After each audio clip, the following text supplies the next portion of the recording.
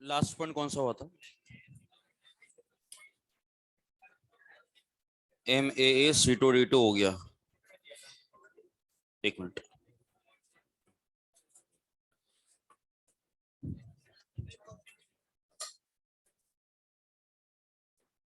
M ring एक बार है, CDEF है। इस क्वेश्चन को करने जा रहे हैं हम। MAA और CDEF, यहाँ पे जो लिगेंड से ABCDEF वाला, जैसे हमने क्वेश्चन करा था कि एक को फिक्स करके बाकी को रोटेशन में रखा था, फिर नेक्स्ट वाले को फिक्स करा, फिर बाकी को रोटेशन में रखा, बिल्कुल उसी तरह से यहाँ पे ये वाला क्वेश्चन बनेगा। देखिए जरा ध्यान से। इसमें हमने रिंग को एक जगह पे फिक्स कर देना है। CDEF में जैसे आपने ABCDEF में पहला अल्फाबेट फिक्स करा था, 6 वाले में हमेशा वही पैटर्न चलेगा अगर अगर अलग अलग अल्फाबेट आते हैं तो यहाँ पे मैंने CDEF में से C को फिक्स कर दिया, तो C के अपोजिट कौन कौन आ सकता है बताइए? ये अब सिंपल बन जाएगा DEF। इसी तरह से नेक्स्ट वाले में वापस से रिंग फिक्स करेंगे, D को फिक्स कर दीजिए, कौन आ जाएगा? EF। फिर नेक्स्ट वाले में E को फिक्स कर देंगे तो F आ जाएगा। 3, 2, 5 और एक 6 केस बन जाएंगे, तो 6 तो बन चुके हैं GI। और यहाँ पे LHS RHS कभी सेम आना नहीं है। डबल रिंग वाला तो पॉइंट ही मत लगाओ बेटा। पहले जो 2 पॉइंट बताए गए थे, अपोजिट एटम क्या कभी सेम आ सकते हैं क्या इसमें? ठीक है, तो पहला वाला पॉइंट फेल हो गया। दूसरा वाला point LHS equal to RHS हो सकता है क्या कभी? इट मीन ऑप्टिकली एक्टिव है, तो 6 + 6 टोटल मिलाकर के 12, तो यहाँ पे टोटल स्टीरियो बन जाएंगे। और 6 की जगह अगर आपसे पूछा जाए कि ऑप्टिकल टोटल कितने हैं, तो यहाँ पे आपको टोटल 12 बोल देना है। नोट कर लीजिए इसको, MAACDEF।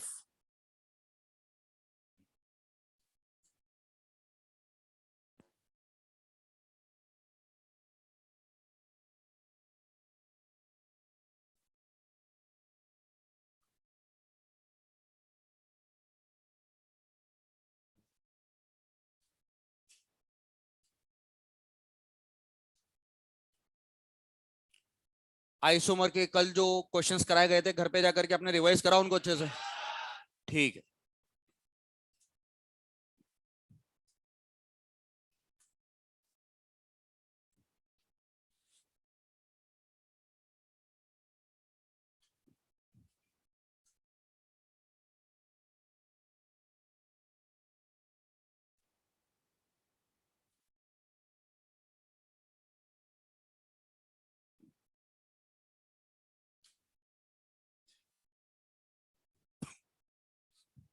जो डबल रिंग वाला पॉइंट बताया गया था कि स्मॉल v अगर बनता है 2 रिंग्स में तो ऑप्टिकली एक्टिव होता है, तो अब उसी उसी पॉइंट को यूज में लेते हुए अब हम रिंग को चेंज कर रहे हैं, और अब ग्लाइसिनेटो हम यूज करेंगे।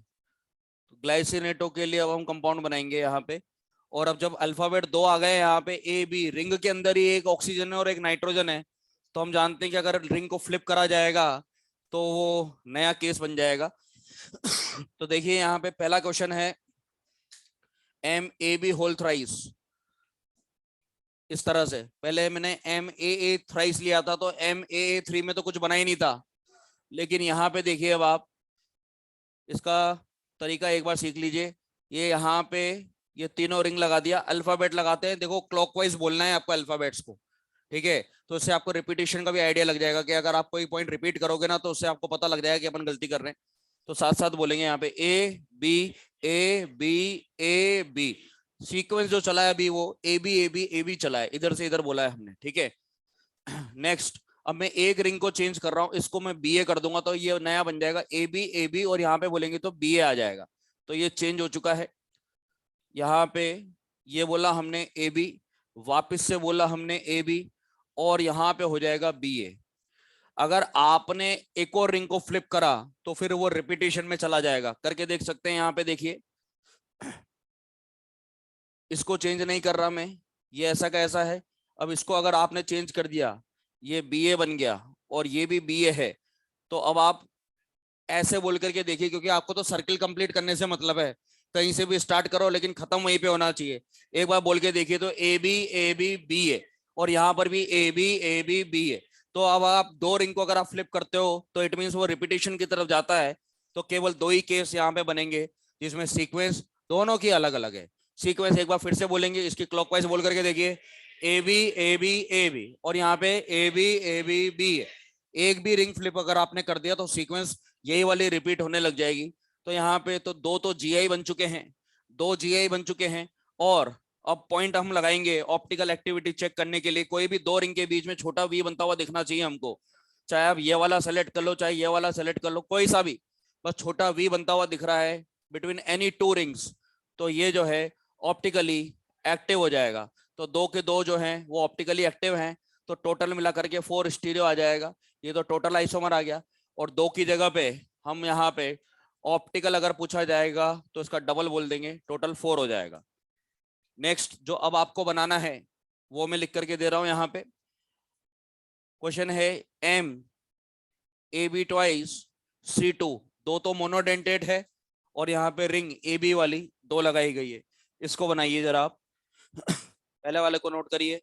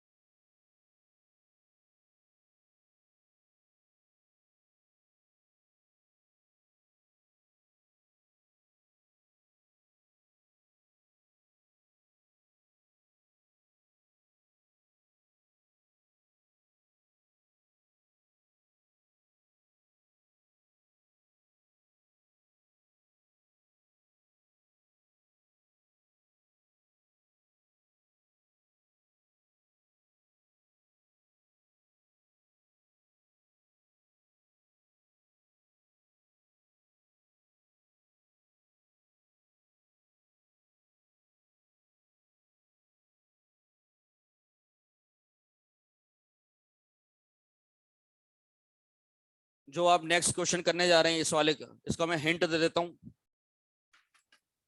सी और सी के बारे में सोचना आप, रिंग से ज्यादा सी और सी के बारे में सोचिए। तो सी और सी को 90 डिग्री पे रख करके पहले आप इसको 90 डिग्री पे रख करके जितने आप रिंग की फ्लिपिंग कर सकते हो उतना केस बनाइए। तो पहले सी और सी के सिस वाले काफी सारे केस बनेंगे, पहले वो बनाइए। फिर सी और सी को 180 पे रख करके फिर केस बनाइए। तो यहाँ पे 4-5 केस बनेंगे, बना करके देखिए आप। A B twice C to,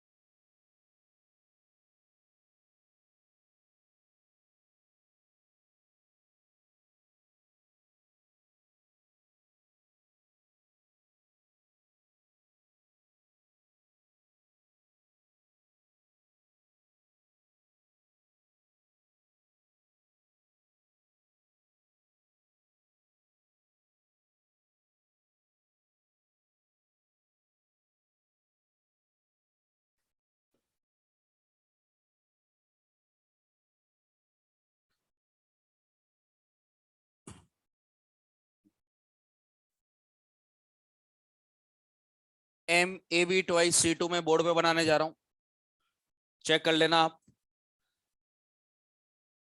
शुरुआत वाले जो स्ट्रक्चर्स हैं उसमें मैं हर बार सी और सी को 90 डिग्री पे लेकर के जितने केस बन सकते हैं वो बना करके हम देखेंगे।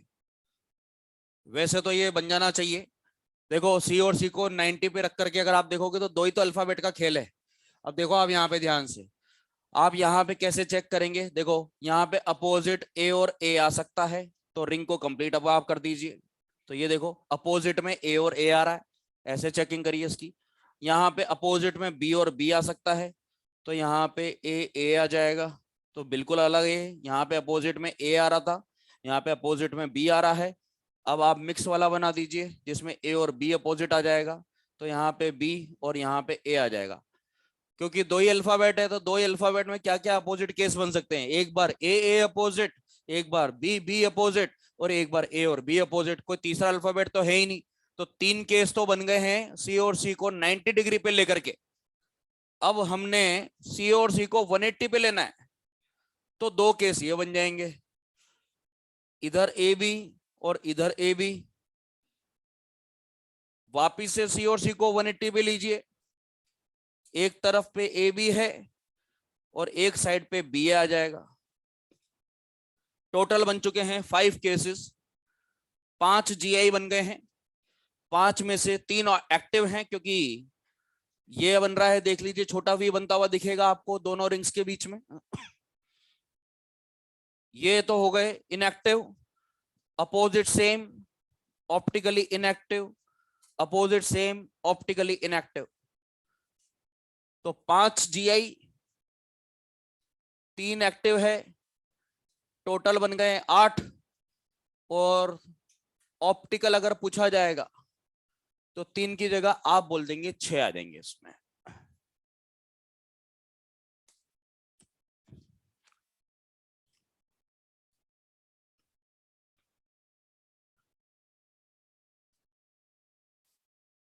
बिल्कुल इसी तरह का एक और क्वेश्चन ये आप ट्राई करेंगे।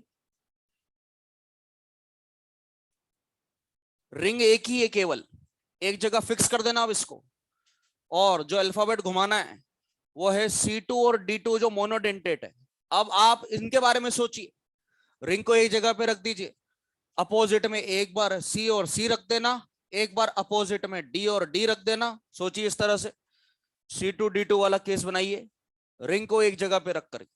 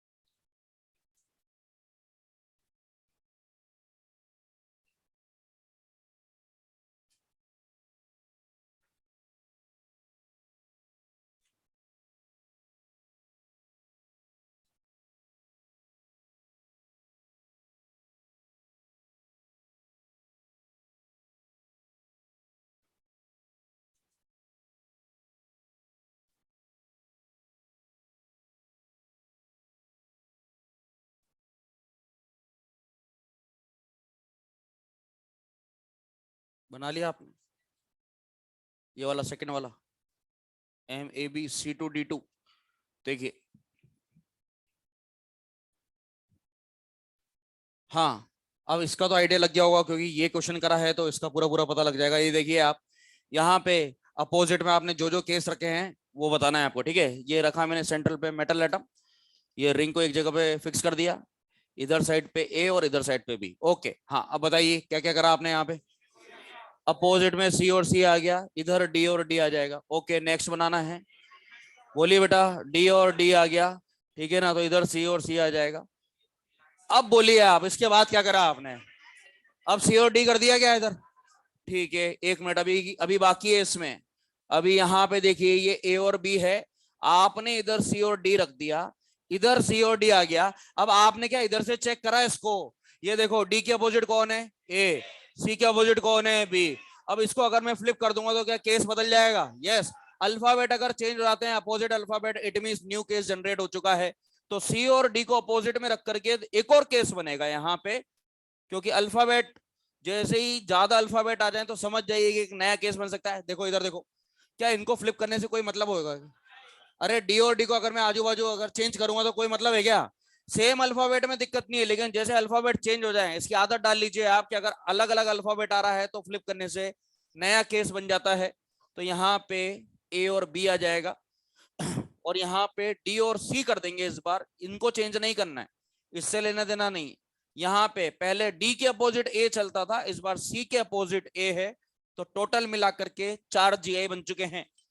Opposite same, inactive, opposite same, inactive. तो इन पे तो क्रॉस लगा देते हैं, ये एक्टिव एक्टिव हो जाएगा। तो 4 बन गए हैं जीआई और 2 बन गया एक्टिव, टोटल मिला करके 6, और 2 की जगह टोटल ऑप्टिकल बोला जाएगा तो 4। कितनों ने बना लिया था ये वाला केस, ठीक है, वेरी गुड।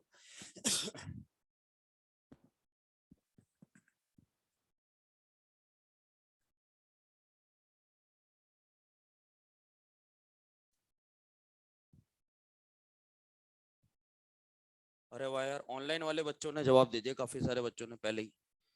ठीक है।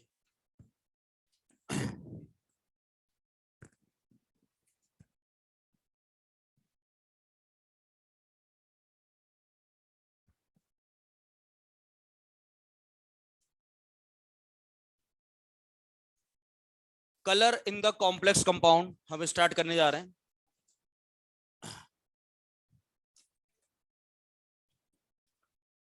Colour in the complex compound, कल का जो टॉपिक रहेगा आपका, जो यहाँ पे क्लास में जिसका डिस्कशन होगा, क्योंकि colour in the complex compound और test of the complex compound आखिरी दो टॉपिक है इस चैप्टर के। तो जैसे ही ये कंप्लीट हो जाएगा, मैं आपसे आइसोमर्स वापस से पूछूंगा, 4 वाला और 6 वाला। आपको ही पता है कि अगर हमने इसकी प्रैक्टिस नहीं करी बार बार बार बार, तो फिर ये दिक्कत देने लग जाता है, मैं सही बता रहा हूँ।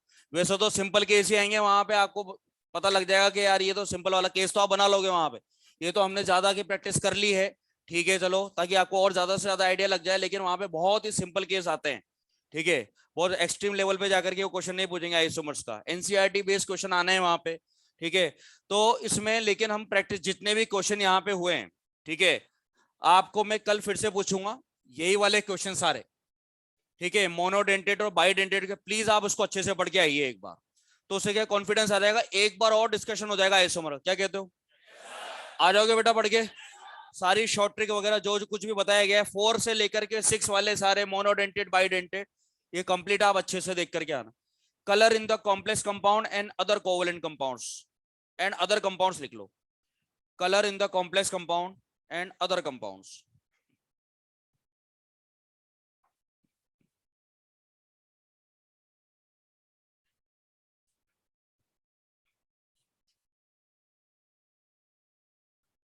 हाँ, color in the complex compound and other compounds।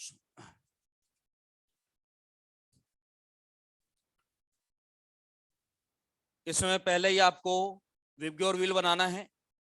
4 quadrants बनाने के बाद में ये वाले जो दोनों क्वाड्रेंट है, इसमें एक ही लाइन जाना चाहिए इस तरह से, और इधर से इधर में 2 लाइन जाना चाहिए, ठीक है। तो यहाँ पे ये 2 लाइन आपको बना देना है इस तरह से, VIBGYORP,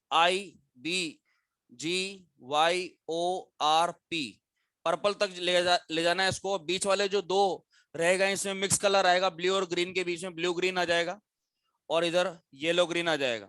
और व्हील जो है वो यहां से स्टार्ट करना है आपको, जिसमें वेवलेंथ जो है एब्जॉर्ब वाली, वो बढ़ते हुए दिखानी है। इसको मैं अभी देखना बताऊंगा आपको। यहां से स्टार्ट होगा, लैम्डा एब्जॉर्ब लिखा हुआ है ये, ठीक है। जितना आप रेड की तरफ जाते जाएंगे, आपको ही पता है कि वेवलेंथ उतनी बढ़ती जाती है। तो स्टार्टिंग पर्पल वॉलेट से करनी है, और फिर ये क्लॉकवाइज इसको आपको ऐसे एरो लगा देना है। बनाइए इस विबग्योर व्हील को। Colour in the complex compound,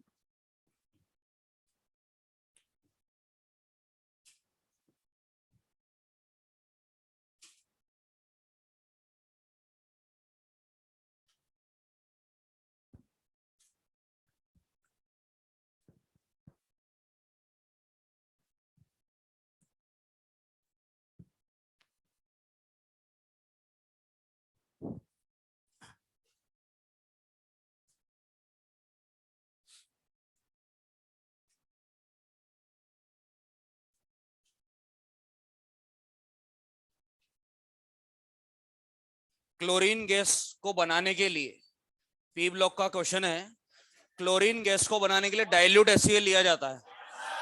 उसमें कौन कौन से ऑक्सीडाइजिंग एजेंट काम में आएंगे?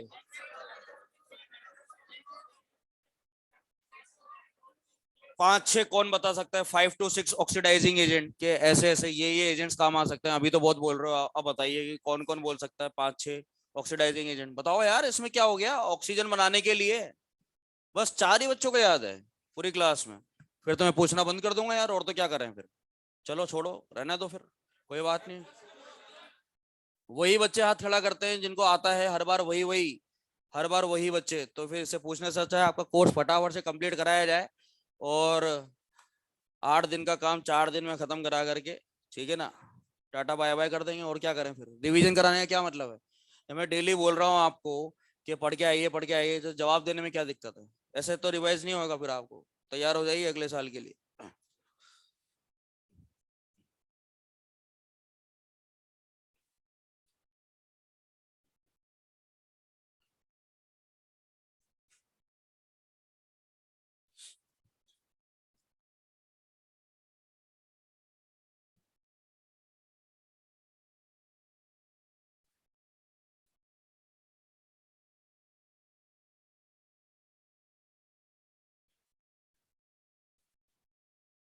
वही एजेंट्स थे सारे के सारे जो ऑक्सीजन बनाने में काम करते। इसमें क्या क्वेश्चन है, सिंपल सा तो क्वेश्चन है, कितनी बार तो क्लास में रिपीट करा हुआ क्वेश्चन है ये, कि क्लोरीन बनाने में वही काम करेंगे जो ऑक्सीजन बनाने में।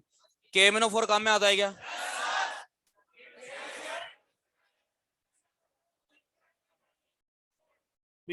PbO2 आता है काम में। और ब्लीचिंग बताओ, ब्लीचिंग कौन कौन, ब्लीचिंग पाउडर काम में आता है। और ओजोन, ओजोन भी आता है काम में। अच्छा ये बताओ, डेकॉन्स प्रोसेस में CuCl2 है पक्का? डाइल्यूट एसिड का ऑक्सीडेशन करा के Cl2 बना देंगे। ये जो ओल्ड पेंटिंग वाला कंपाउंड था वो कौन सा? ओल्ड पेंटिंग में ब्लैक स्पॉट किसकी वजह से आते हैं? PBS की वजह से। जब उसको कलरलेस बनाया जाता है तो क्या बनता है? PbSO4। कौन करता है उसको कन्वर्ट? ओजोन के अलावा और?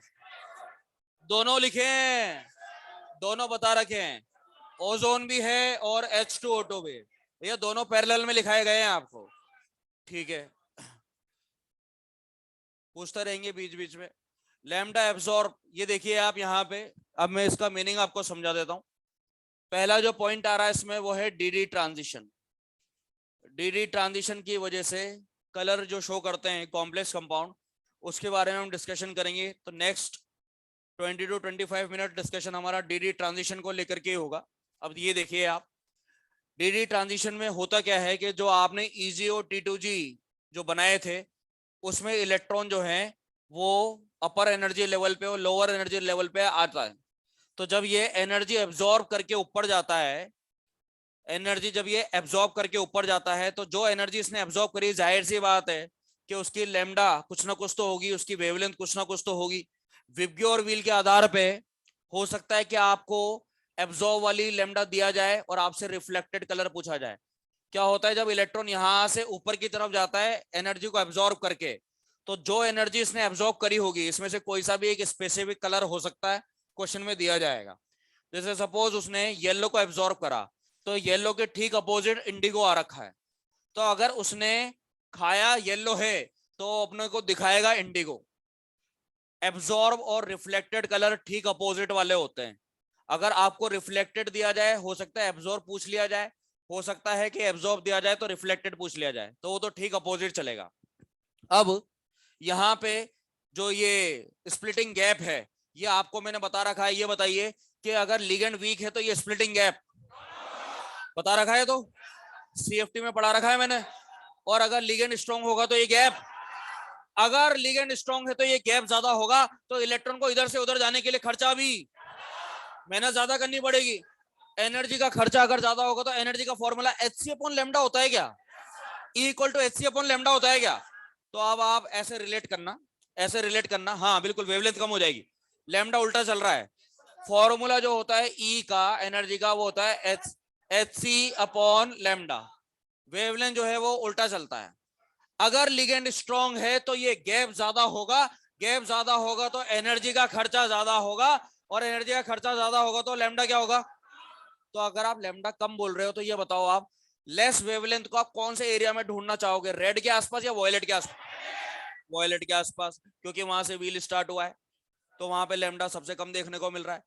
अगर लिगेंड वीक है तो स्प्लिटिंग गैप भी क्या होगा? कम। तो इलेक्ट्रॉन को ऐसे ऐसे करने के लिए खर्चा, अरे यार, लिगेंड अगर वीक है तो गैप क्या होगा? गैप अगर कम होगा तो DD ट्रांजिशन कराने के लिए खर्चा भी कम आएगा, खर्चा कम आएगा तो एनर्जी कम लगेगा, तो लैम्डा क्या लगेगा? तो लैम्डा ज्यादा कहां पे देखने को मिलेगा? Red gas. तो आपको एरिया पता लग चुका है कि अगर लिगेंड स्ट्रॉन्ग है तो उसकी वेवलेंथ यहां कहीं देखने को मिलेगी, और अगर लिगेंड वीक है तो उस एनर्जी की जो लैम्डा है वो यहां पे देखने को मिलेगी। और लैम्डा जो एनर्जी जो होता है वो इनवर्स होता है, ये हमने फॉर्मूले में देख ही लिया है। अब ये आपसे पूछेंगे नहीं, ठीक है, ऐसे डायरेक्टली नहीं पूछ रहे कॉम्प्लेक्स देकर के कि बताओ उसका एब्जॉर्ब कलर कौन सा रहा होगा, नहीं ऐसा नहीं होता। एब्जॉर्ब दिया जाएगा तो रिफ्लेक्टेड पूछा जाएगा, रिफ्लेक्टेड दिया जाएगा तो वो एब्जॉर्ब पूछा जाएगा, तो वो ठीक अपोजिट वाले होते हैं, ठीक है? तो सपोज रिफ्लेक्टेड ग्रीन रहा है तो एब्जॉर्ब कौन सा रहेगा? पर्पल। रिफ्लेक्टेड और एब्जॉर्ब में मीनिंग समझ लीजिए। एब्जॉर्ब तो वो जो इलेक्ट्रॉन को ऊपर नीचे करने के लिए खाया उसने, ठीक है ना, वो तो एब्जॉर्ब कलर हो गया। और एब्जॉर्ब करने के बाद जब वो ऊपर चला जाता है और जब वो वापस लौट करके नीचे आता है तो कुछ कलर वो एमिट करता है। तो वो जो कलर एमिट करेगा वो हमको आंखों से दिखेगा।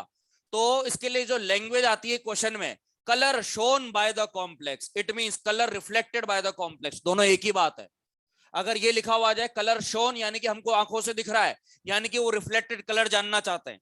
या फिर डायरेक्टली भी लिख करके दे सकते हैं the colour reflected by this complex. तो उसमें कोई ना कोई एक बात दिया जाएगा, या तो एब्जॉर्ब देंगे तो रिफ्लेक्टेड पूछेंगे, और अगर रिफ्लेक्टेड दिया जाएगा तो एब्जॉर्ब पूछा जाएगा। अभी इस पे हम क्वेश्चंस भी कर लेंगे। यहाँ पे ये स्प्लिटिंग के साथ में यहाँ पे लिखिए कि अगर लिगेंड की स्ट्रेंथ ज्यादा होगी, लिगेंड की स्ट्रेंथ ज्यादा होगी तो स्प्लिटिंग गैप लिखते चलिए, स्प्लिटिंग गैप जो है वो बढ़ जाएगा।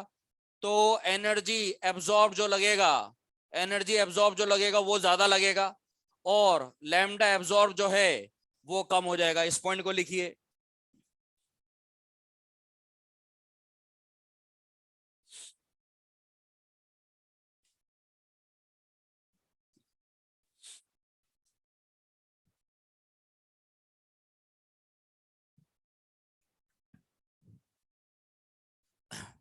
बायो में कितना अभी बाकी है आपका?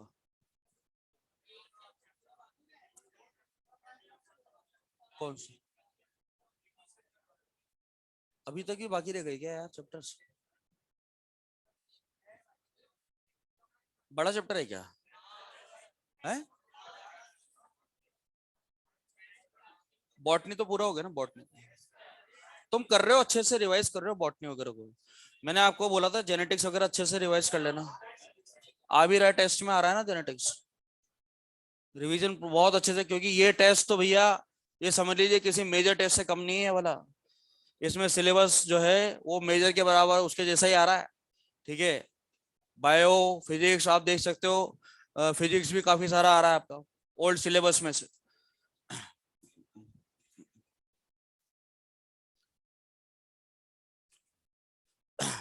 अब इसमें क्वेश्चन हम करेंगे, ये देखिए, नोट डाल करके लिखेंगे इसके ठीक बाद।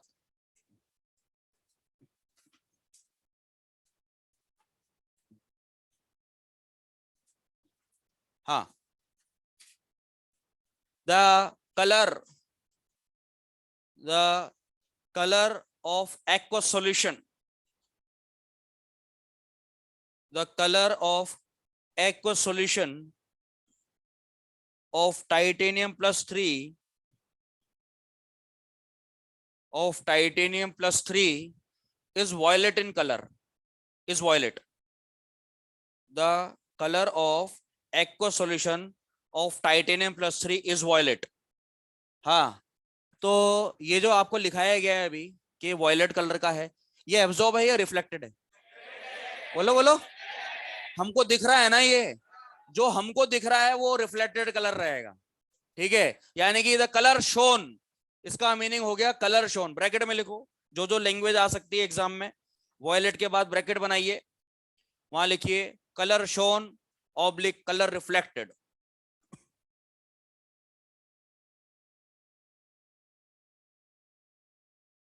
दिखने वाला कलर या कंपाउंड द्वारा रिफ्लेक्ट होने वाला कलर है वॉयलेट। तो टाइटेनियम प्लस 3 का एक्वस सॉल्यूशन, यानी कि उसने H2O को 6 बार बुलाया और कॉम्प्लेक्स बनाया, इसका जो कलर शोन है यानी कि रिफ्लेक्टेड कलर है वो वॉयलेट है। रिफ्लेक्टेड तो है वॉयलेट। और अब आपसे आंसर पूछा जा रहा है कि इसने खाया कौन सा होगा, बताओ। वॉयलेट के ठीक अपोजिट कौन सा आ रहा है? Yellow green. तो यहाँ पे आप आंसर लिखेंगे और वो है एब्जॉर्ब कलर का। ऐसा क्वेश्चन पूछा जा सकता है, और एब्जॉर्ब कलर रहेगा येलो ग्रीन व्हील के अकॉर्डिंग।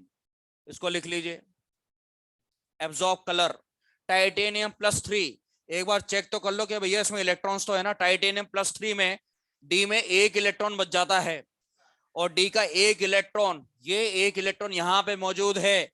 तो इलेक्ट्रॉन को यहां से वहां पहुंचाने के लिए जो उसने खाया वो था येलो ग्रीन, और जब ये लौट करके वापस आया तो उसने दिखाया कौन सा? वॉयलेट। ये है पूरी कहानी, ठीक है।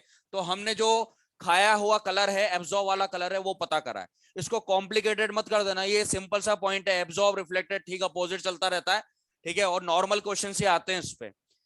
अब इसके बाद हम जो भी क्वेश्चंस करेंगे सीधे एब्जॉर्ब वाले करेंगे। बस रिफ्लेक्टेड से अगर कोई क्वेश्चन आता है तो वो इसी लेवल का आ सकता है, एब्जॉर्ब दिया जाएगा रिफ्लेक्टेड बताओ, रिफ्लेक्टेड दिया जाएगा एब्जॉर्ब बताओ, केवल इतनी से ही क्वेश्चन में रिफ्लेक्टेड का नाम लिया जाएगा।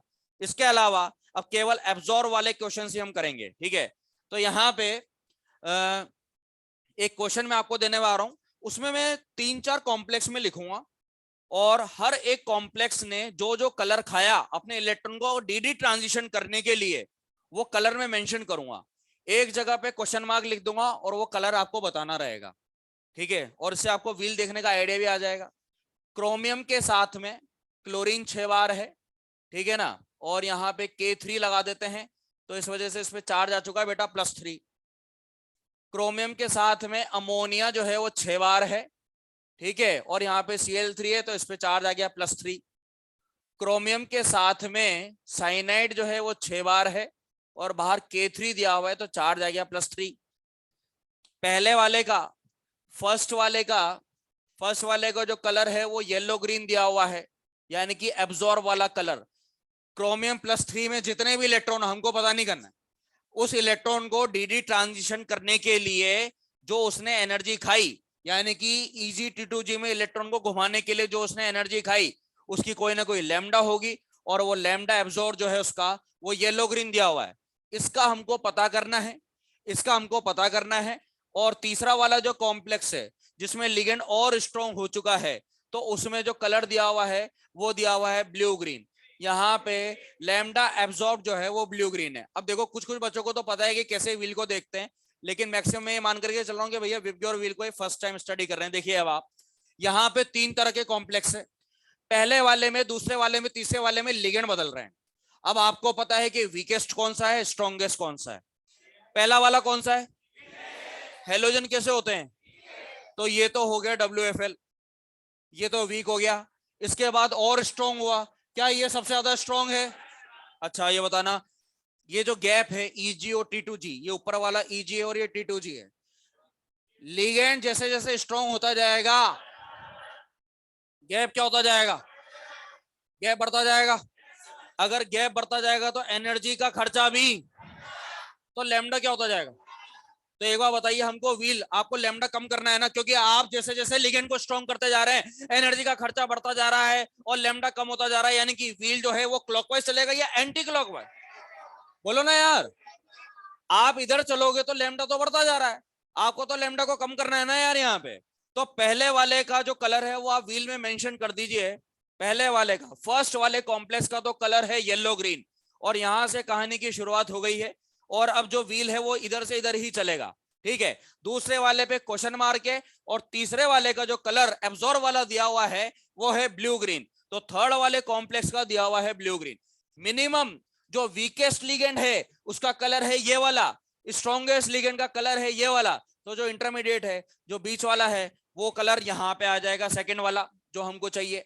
तो जो अमोनिया अमोनिया वाले कॉम्प्लेक्स ने जो कलर एब्जॉर्ब करा होगा, तो फर्स्ट वाले को और आखिरी वाले को जब आप मार्क कर देंगे तो बीच में जो भी रिमेनिंग रह जाएगा वही आपका आंसर होगा।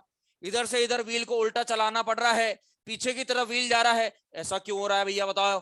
क्योंकि फर्स्ट वाले में लिगेंड कैसा है, स्ट्रॉन्ग और स्ट्रॉन्ग। जितना लिगेंड स्ट्रॉन्ग होता जाएगा क्या एनर्जी का खर्चा बढ़ता जाएगा, तो लैम्डा क्या होता जाएगा, कम।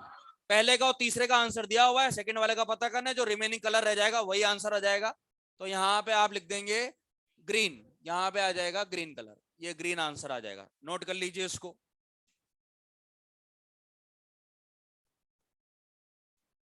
और ऐसे 1 2 3 लिखने की जगह आप यहाँ पे लिगेंड्स लिख लीजिए। इधर क्लोरीन वाला है, ये अमोनिया वाला जो पता करना था क्वेश्चन मार्क लगा दीजिए, और ये हो गया साइनाइड वाला, उसी व्हील के अंदर बना लीजिए आप इसको, क्लोरीन अमोनिया क्वेश्चन मार्क वाला, और ये हो गया साइनाइड।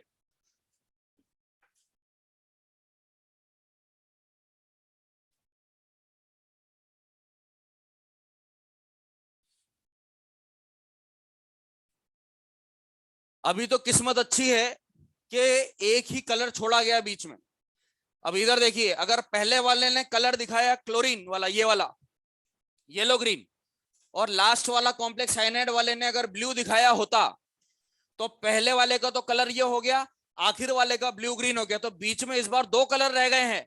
तो जो ऑप्शन में आएगा दोनों में से हम उस पर टिक लगा देंगे, ठीक है।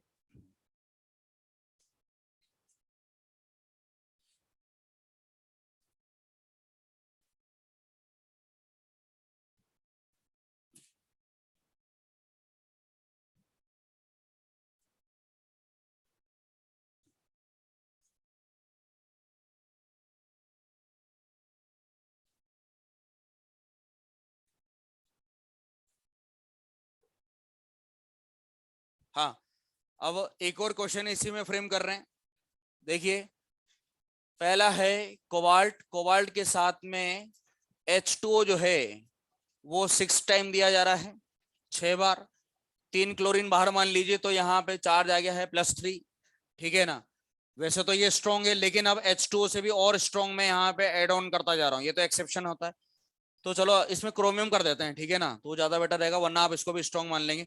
तो यहाँ पे क्रोमियम के साथ में H2O 6 बार है, और अब मैं एक एक करके इथाइलिन डायमीन ऐड करता जा रहा हूँ।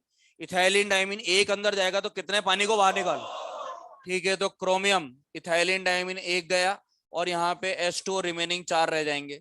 ये हमने वर्नर थ्योरी वगैरह उस तरह के क्वेश्चंस में ये ऑलरेडी देखा हुआ है, ठीक है। नेक्स्ट, इसके बाद में एक और EN ऐड करा, तो क्रोमियम के साथ में इथाइलिन डायमीन 2 जा चुके हैं, H2O रिमेनिंग रह गए 2। और फाइनली एक और EN जब हम ऐड ऑन कर देंगे इसमें, तो क्रोमियम के साथ में इथाइलिन डायमीन जो है वो 3 बार यहाँ पे जा चुका है। जैसे जैसे अपन आगे बढ़ते जा रहे हैं, लिगेंड जो है वो और स्ट्रॉन्ग होता जा रहा है, ठीक है। तो यहाँ पे पहले वाले का सपोज कलर मान लेते हैं, येलो ग्रीन है, लैम्डा एब्जॉर्ब। ये सारे के सारे जो मैं कलर लिख रहा हूँ, ये सब लैम्डा एब्जॉर्ब वाले लिख रहा हूँ। पहले वाले का कलर दिया हुआ है येलो ग्रीन, दूसरे वाले का दिया हुआ है ग्रीन, तो यहाँ पे लैम्डा एब्जॉर्ब इसका ग्रीन दिया हुआ है, तो ये सेकंड वाला हो जाएगा, ये सेकंड वाला हो गया। तीसरे वाले पे इन्होंने लगा रखा है क्वेश्चन मार्क, और आखिर वाले का दिया हुआ है इंडिगो, तो 4th नंबर का जो है उसका इंडिगो दिया हुआ है, ठीक है। तो अब आप बताइए मुझे, यहाँ पे जो बचे हुए कलर रह गए वो कौन कौन से हैं, बोलो ना यार। अबे पहले वाला, दूसरा वाला और आखिर वाला ये रहा, तो जो बीच वाला जो रह गया है उसमें से आंसर आ जाएगा। तो बचे हुए रह गए हैं ये दो, इन दोनों में से जो भी ऑप्शन में दिया जाएगा अपन उस पर टिक लगा देंगे। समझ में आ गई बात आपको? तो यहाँ पे आप लिख लीजिए ब्लू ग्रीन, जैसा ऑप्शन आएगा उस हिसाब से अपन टिक लगा देंगे।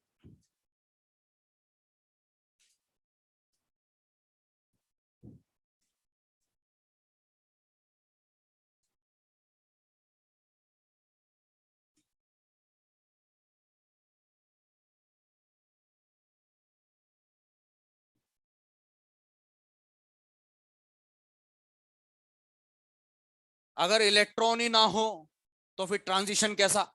तो D0 इज कलरलेस, और अगर फुलफिल्ड है तो D10 वो भी कलरलेस। तो DD ट्रांजिशन जो हमने यहाँ पे सीखा है, उसका एक सेगमेंट तो ये हो गया क्वेश्चन आने का।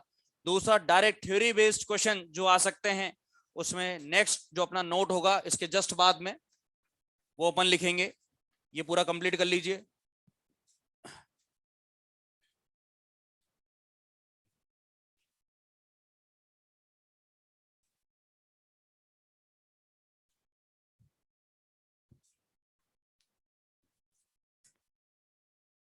अंकित यादव, तुम वहां बैठे बैठे आंसर तो कर रहा है, लेकिन तू क्लास में क्यों नहीं आ रहा है? अंकित यादव, ब्लॉक कर दूं क्या?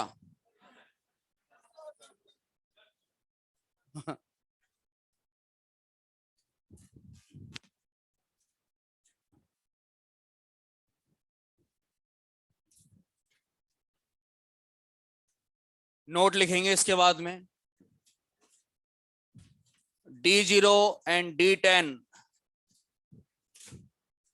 D0 and D10 will be colorless.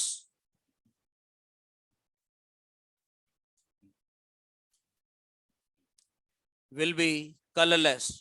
अब ऐसे डायरेक्ट थोड़ा ना बोल देंगे ओके बताओ इनमें से कलरलेस कौन सा है, लैंग्वेज जो आती है मॉड्यूल में 2 क्वेश्चन है इसके, वो मैं बता रहा हूं आपको। कलरलेस है, इट मींस क्या वो कुछ एब्जॉर्ब कर रहा है क्या? अगर एब्जॉर्ब करेगा तो जाहिर सी बात है कोई रिफ्लेक्ट करेगा। D0 इलेक्ट्रॉन ही नहीं है, D10 फुलफिल्ड है, जगह नहीं है। तो D0 और D10 ने ना तो कुछ एब्जॉर्ब करा, इसी वजह से ना कुछ रिफ्लेक्ट करा है। तो आप मीनिंग समझिए इसका। और जो लैंग्वेज है वो मैं बोलने वाला जो क्वेश्चन में आ सकती है वहां पे, ठीक है। D0 D10 जो कलरलेस होते हैं, they will not absorb any colour any light of visible region, ऐसा आएगा लिखा हुआ। It will not absorb the light of visible region, लिखिए D0 D10 will be colourless, bracket में लिख लीजिए। It means they do not absorb the light. It means they do not absorb the light. They do not absorb the light from visible region. They do not absorb the light from visible region.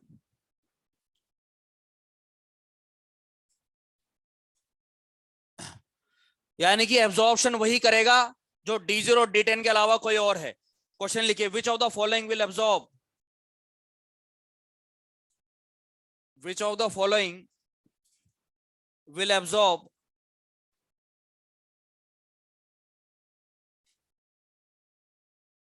the light of visible region? Which of the following will absorb the light from visible region?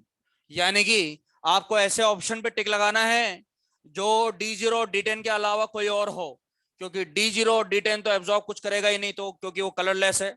ABCD 4 option लिखेंगे। First लिखिए, scandium के साथ में H2O6 time complex बनाइए। Scandium के साथ में H2O6 time complex बनाइए और ब्रैकेट के बाहर, कॉम्प्लेक्स के बाहर 3 क्लोरीन लगा दीजिए। बताओ स्कैंडियम पे चार्ज लगाओ, कितना आ रहा है? हाँ, +3 आ रहा है। तो ये तो D0 हो गया ना भैया, लिख दो वहां पे स्कैंडियम पे +3 आ गया, नीचे लिख दो D0, लिख दो कलरलेस, यानी कि ये तो एब्जॉर्ब नहीं करेगा। हम एक एक ऑप्शन को सॉल्व भी करते हुए जा रहे हैं। Next option, option number B, zinc के साथ में अमोनिया 6 टाइम, जिंक के साथ में अमोनिया 6 टाइम, बाहर लगा हुआ है SO4 सल्फेट। तो ये कॉन्फ़िगरेशन क्या हो गया? D10, लिख लीजिए D10 configuration. D10 configuration again colourless, यानी कि ये भी एब्जॉर्ब नहीं करेगा, ठीक है। थर्ड ऑप्शन, क्रोमियम के साथ में H2O6 टाइम, क्रोमियम के साथ में H2O6 टाइम, बाहर लगे हुए 3 क्लोरीन Cl3, क्रोमियम पे चार्ज लगा दीजिए +3, D3 कॉन्फ़िगरेशन टिक लगा दीजिए, यही आंसर रहेगा। और फोर्थ ऑप्शन, टाइटेनियम के साथ में, टाइटेनियम के साथ में H2O6 टाइम, टाइटेनियम के साथ में H2O6 टाइम, बाहर 2 क्लोरीन लगा दीजिए, सॉरी 4 क्लोरीन, तो टाइटेनियम पे +4 आ जाएगा। 4 क्लोरीन लगा दीजिए ब्रैकेट के बाहर, तो +4 आ जाएगा। अगेन D0 मेंशन कर दीजिए, आंसर आ जाएगा थर्ड, क्योंकि वो D0 D10 नहीं है।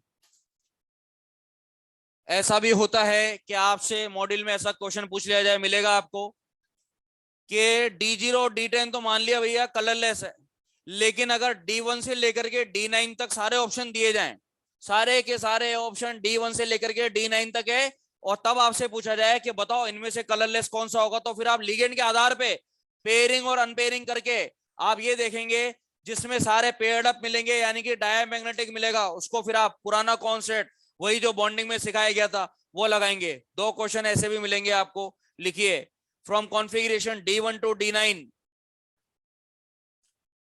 नोट लगा के, हाँ, if configuration is from D1 to D9,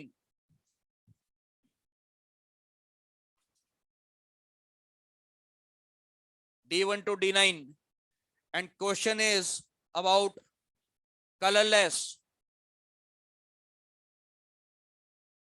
and question is about colorless,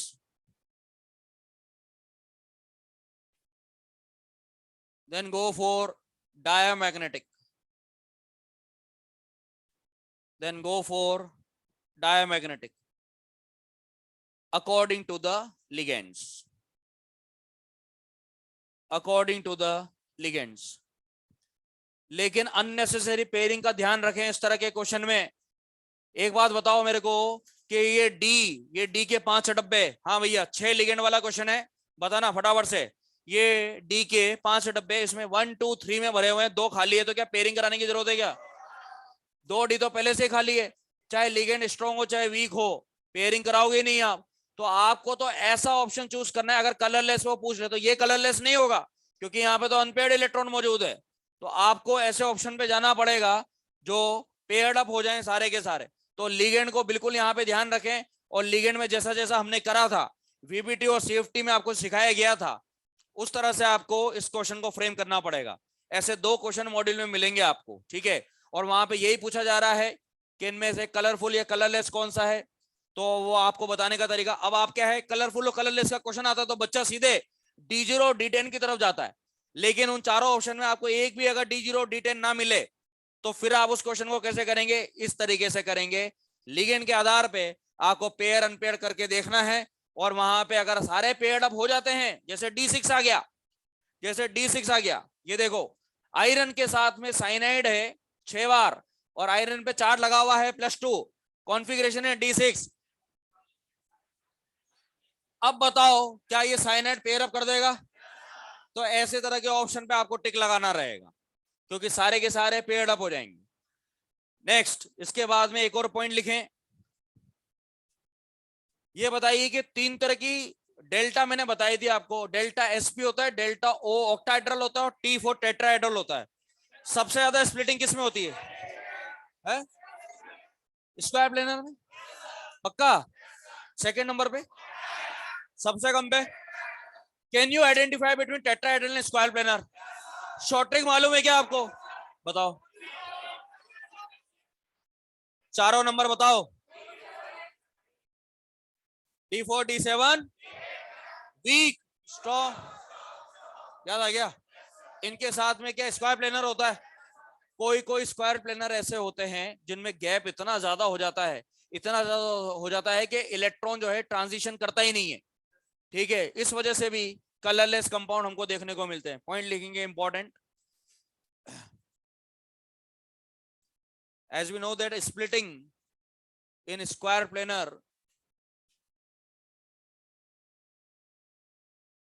as we know that splitting in square planar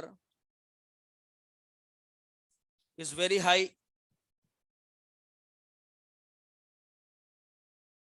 in square planar is very high. So in some of the square planar complex, so in some of the square planar complex,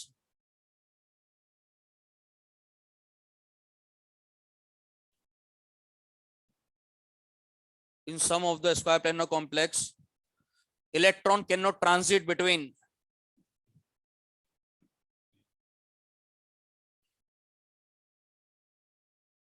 electron cannot transit between EG and T2G.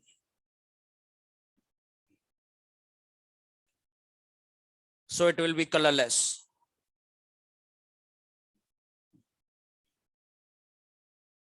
Example, nickel cyanide 4 times, highlight करके लिखो. NiCN4 bracket के ऊपर 4 लगा दो -2, बड़े bracket पे 4 लगा दो -2, तो निकल पे +2 आ जाएगा. निकल पे +2 आ गया तो D8 बन जाएगा क्या? और D8 के साथ में 4 बार SFL आ रहा है, तो आंसर DsP2. नीचे मेंशन कर दीजिए DsP2. लेकिन बोला जा रहा है सम ऑफ द कॉम्प्लेक्स, सारे ऐसे नहीं है भैया.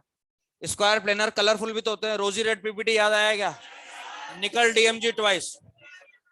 But few square planar complex, but many, few nahi, but many square planar complex are colorful.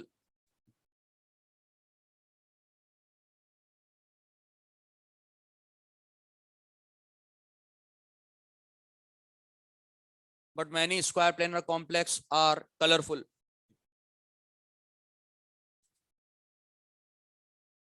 Example निकल DMG ट्वाइस,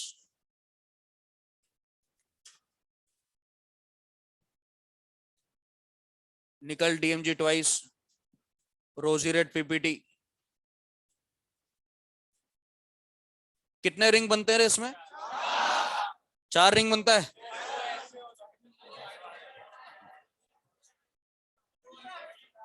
हाँ, इंट्रा हाइड्रोजन बॉन्डिंग की वजह से। ठीक है। हाँ, ये सौम्या भट्टाचार्य, तुमने जो क्वेश्चन पूछा है इसका जवाब अभी आधे घंटे बाद मिलेगा कि MnO4 show colour since it is not a complex compound. अभी टाइम लगेगा इसमें, ठीक है ना। वहां बैठे बैठे कमेंट मत करो, चुपचाप पढ़ते रहो, क्लास तो आते नहीं तुम लोग।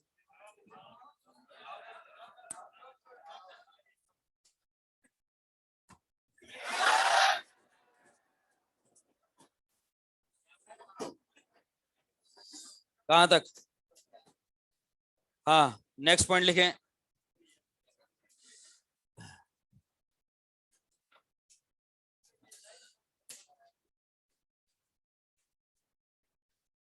स्क्वायर प्लेनर जो होता है उसमें एक हमको ऐसा पता लग गया जो कलरलेस है।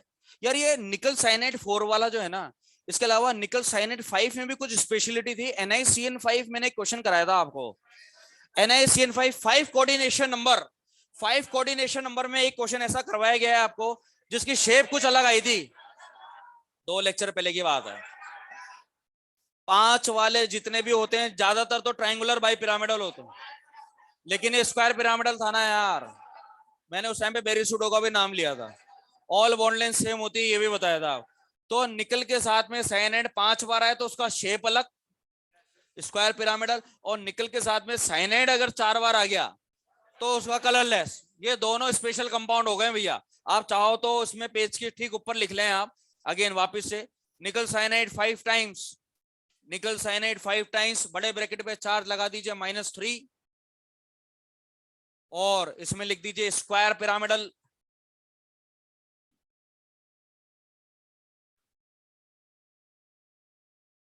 स्क्वायर पिरामिडल एंड जस्ट उसके नीचे एक और लिखिए निकल साइनाइड 4 कलरलेस। ये दोनों पॉइंट साथ साथ लिख लीजिए ताकि ये याद रहेगा आपको निकल साइनाइड वाले कंपाउंड्स।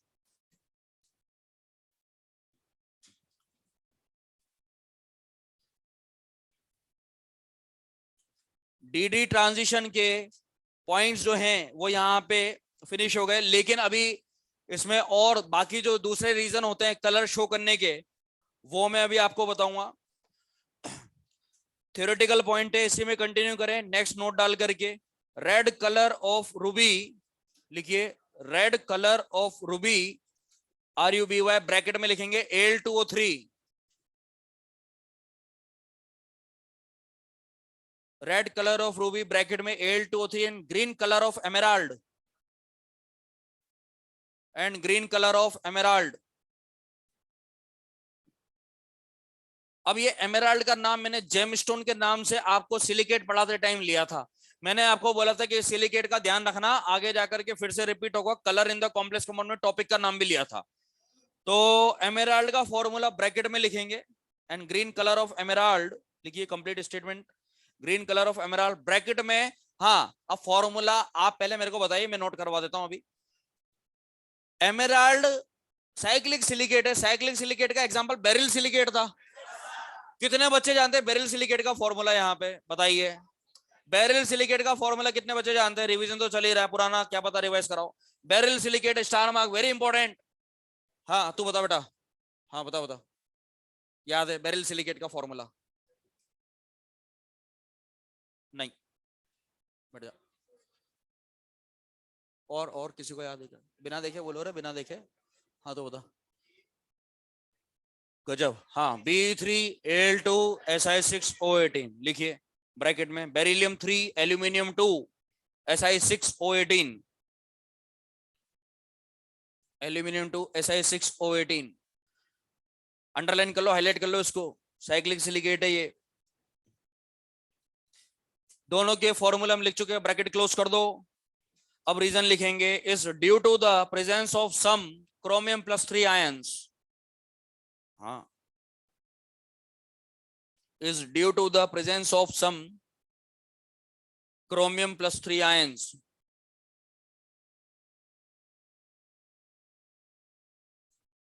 एज ए इम्प्योरिटी आप मान सकते हो उसको कि क्रोमियम प्लस 3 की वजह से इसमें एक कलर देखने को मिलता है। तो अगेन एक हमको रीजन पता लगा है, डीडी ट्रांजिशन से हट करके एक नया पॉइंट हमको पता लगा है। तो डीडी ट्रांजिशन फिनिश हो चुका है, डीडी ट्रांजिशन में कुछ नहीं है पॉइंट, और जो ये वाला पॉइंट है ये थोड़ा अलग है, ठीक है। अगर लिगेंड ही गायब हो गया तो स्प्लिटिंग नहीं होगी, और अगर स्प्लिटिंग नहीं होगी तो डीडी ट्रांजिशन खत्म, और अगर डीडी ट्रांजिशन खत्म तो ऐसे कंपाउंड भी कलरलेस हो जाएंगे। नेक्स्ट पॉइंट लिखिए, in the absence of ligand,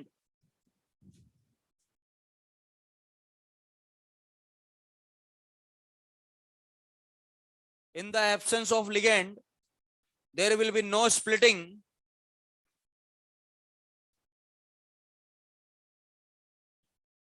and no DD transition. There will be no splitting and no DD transition, so complex will be colorless.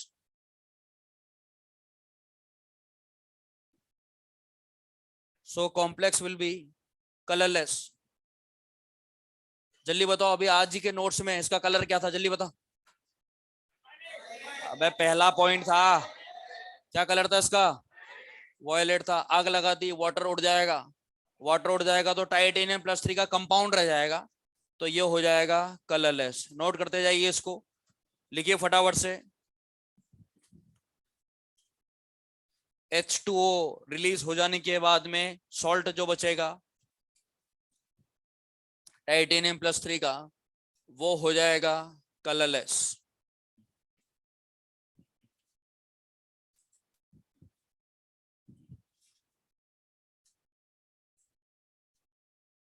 कौन सा विट्रियोल है ये बताना तो जरा।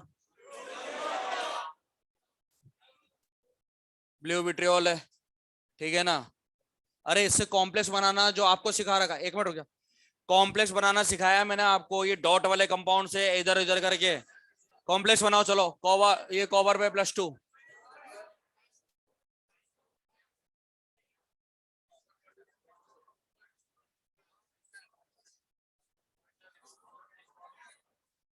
केमिकल बॉन्डिंग का आखिरी क्वेश्चन एक्सरसाइज का जो मैंने छुड़वाया था और बच्चों से बोला था कि बेटा ये कॉम्प्लेक्स कंपाउंड में आएगा, उसमें ये पूछा जा रहा था क्या कि CuSO4.5H2 में ऐसे कितने वाटर के मॉलिक्यूल है जो हाइड्रोजन बॉन्डिंग में पार्टिसिपेट कर रहे हैं। एक, क्योंकि 4 तो अंदर चले गए, एक बार रह जाएगा। ये 4 अंदर क्यों आ गए? क्योंकि कॉपर के ऊपर चार्ज कितना आ रहा है? +2। 4 की डिमांड करेगा, सल्फेट को बाहर भेज देगा। एक H2O जो है, 1H2O मॉलिक्यूल जो है ये H बॉन्डिंग में पार्टिसिपेट करेगा। तो इसका भी आंसर मिल चुका है हमको, केमिकल बॉन्डिंग वाले क्वेश्चन का भी।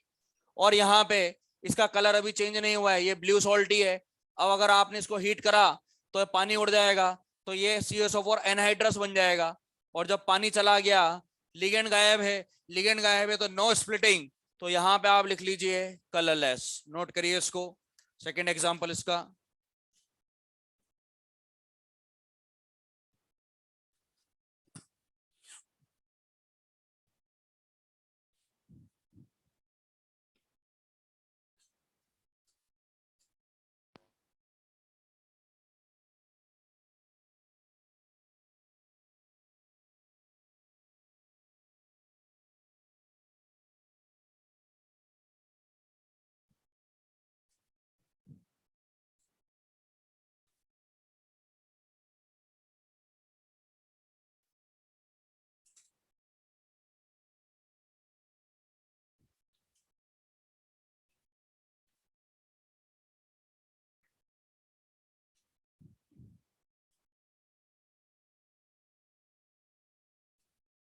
नेक्स्ट पॉइंट, अब डीडी ट्रांजिशन के अलावा एक नई हेडिंग हम यहाँ पे ऐड कर देते हैं। सेकंड पॉइंट लिखिए अब आप, ये डीडी ट्रांजिशन के सारे कंप्लीट पॉइंट्स हो चुके हैं, एक्स्ट्रा पॉइंट भी आ गए एमराल्ड वाला जैसे, ठीक है।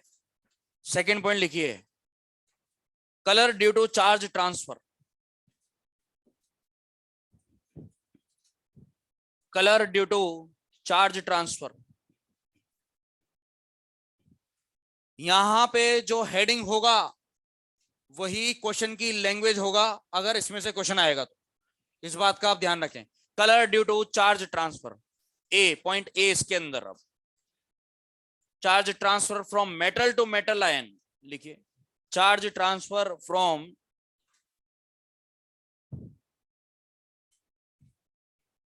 Metal to metal ion.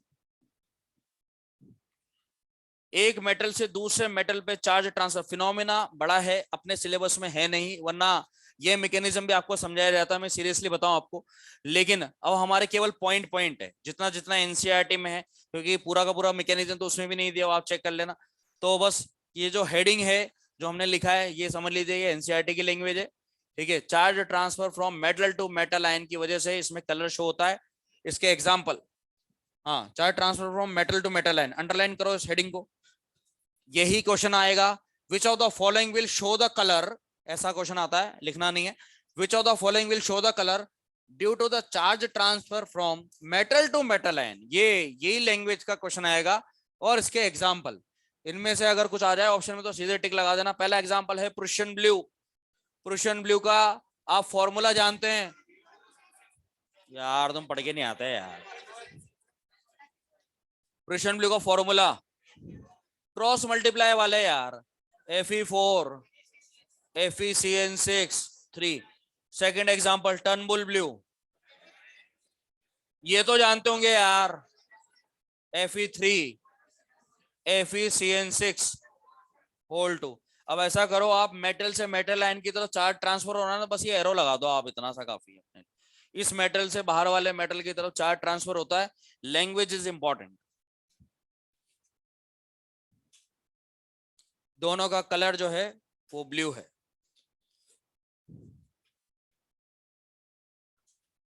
अबे क्या हंस रहा है तू? आज क्यों नहीं आया तू? क्या बोल रहा था मैं पूरा याद करके आऊंगा? पागल बनाता है साले मास्टर को, है? कहाँ गायब हो गया? तो मेरे को पता था तू नहीं आएगा, इसलिए मैंने तेरे को पता, कल तेरे को रिस्पॉन्ड भी नहीं करा था ज्यादा, मेरे को पता था तू गायब हो जाएगा। कल आएगा क्या? तू ऐसे ही करता रहता है, 1 महीने पहले वहां पे बैच में यही बोलता था तू, मैं पढ़ाई करूंगा। कहाँ कर रहा तू पढ़ाई?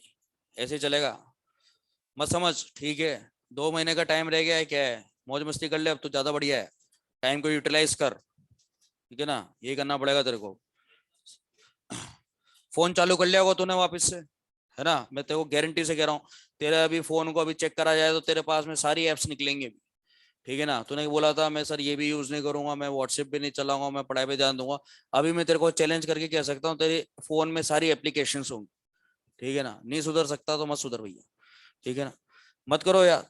जो बच्चे आए थे वो तो याद करके आ गए, पी ब्लॉक सुना करके चलेगा। मैं डेली दो तीन बच्चों को बुला रहा हूँ, आप अपने हिसाब से बाहर आकर के मिल लिया करो, सर एक बार पी ब्लॉक पूछ लो, ऐसे याद होएगा, ठीक है ना? अभी जैसे ही यहाँ पे ये सिलेबस कंप्लीट हो जाएगा, काउंटर पे आ जाना तुम लोग टाइम लेकर के, काउंटर में यहाँ पे मिल जाऊंगा। ज्यादा ड्यूरेशन का काउंटर लगेगा तो वहां पे पूरा पी ब्लॉक जो है, एक एक फैमिली, दो दो फैमिली भी याद करके आओगे तो आइडिया लग जाएगा। एनसीईआरटी में कहीं कुछ पूछना हो कि इसमें इंपॉर्टेंट क्या है, तो वैसा अभी पुराने फेज वाले बच्चे आते तो हैं, कंप्लीट कर लिया उन्होंने जोरदार तरीके से। कुछ बच्चों ने तो अभी सिलेबस कंप्लीट करके रख दिया है, ये समझ लो आप। क्लास में भले कुछ भी चल रहा हो, एक बार तो हो गया, अब 2 महीने 2-3 बार रिवीजन। आप सोचो किस लेवल पे जाएगा रिजल्ट।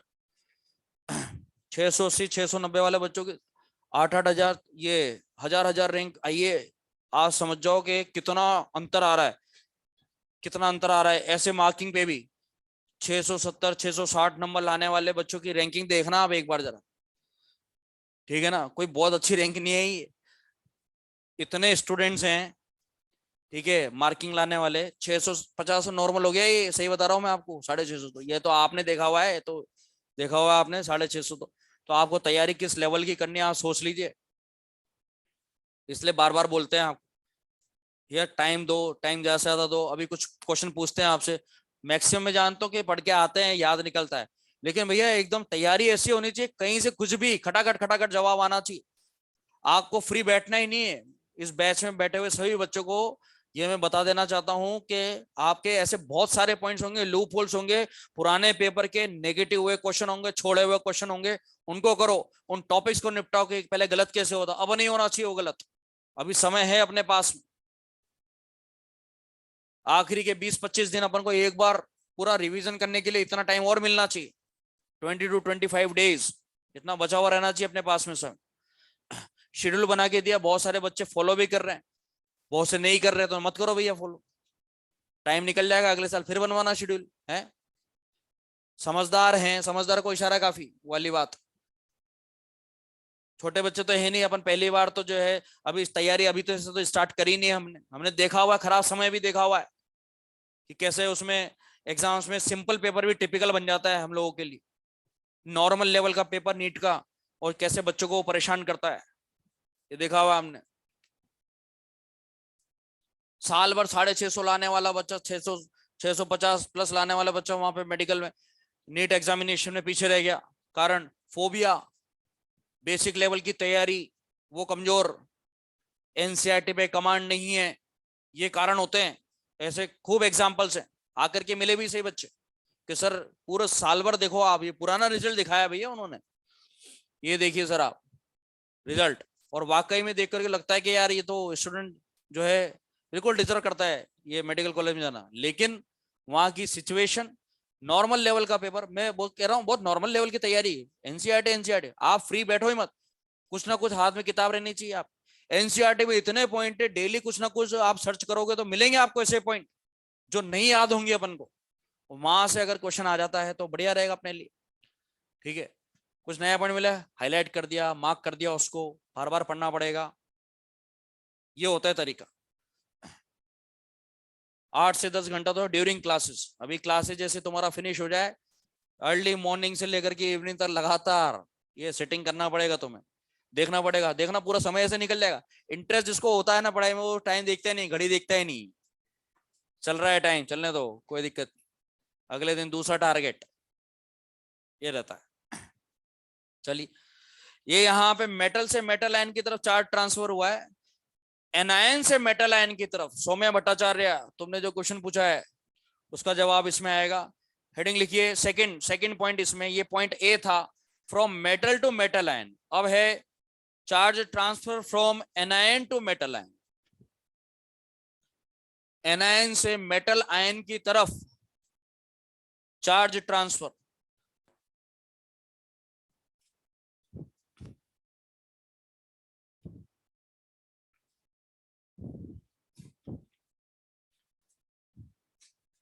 एनायन से मेटल आयन की तरफ, पहला एग्जांपल KMnO4, एनायन हो गया ये पर मैग्नेट आयन, इससे मेटल आयन की तरफ charge transfer. Heading is very important, language जो है उसको अंडरलाइन कर लेना जैसे ऊपर वाले में करा है। KMnO4 का कलर पर्पल, लिखते चलिए इसमें, KMnO4 का colour purple. Next second example, K2MnO4, हाँ भैया मैग्नेट आयन का कलर कोई बताएगा? ग्रीन, ग्रीन, ग्रीन लिखिए इसका, K2MnO4 का ग्रीन। नेक्स्ट K2Cr2O7,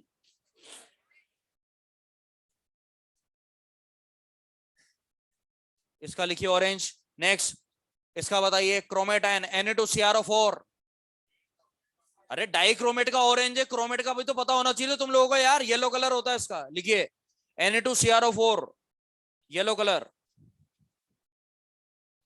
ये डी ब्लॉक में अभी लिखवाऊंगा मैं, जब डी ब्लॉक स्टार्ट हो जाएगा इसके प्रिपरेशन में आएंगे ये सब।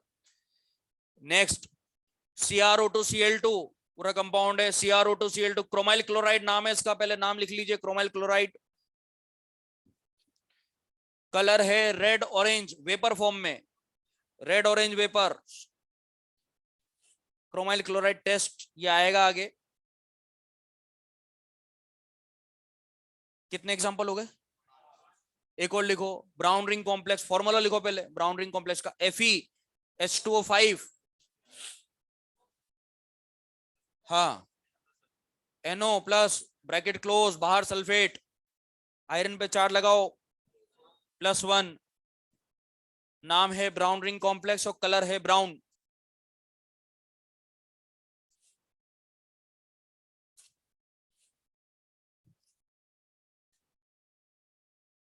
Brown ring complex, colour brown.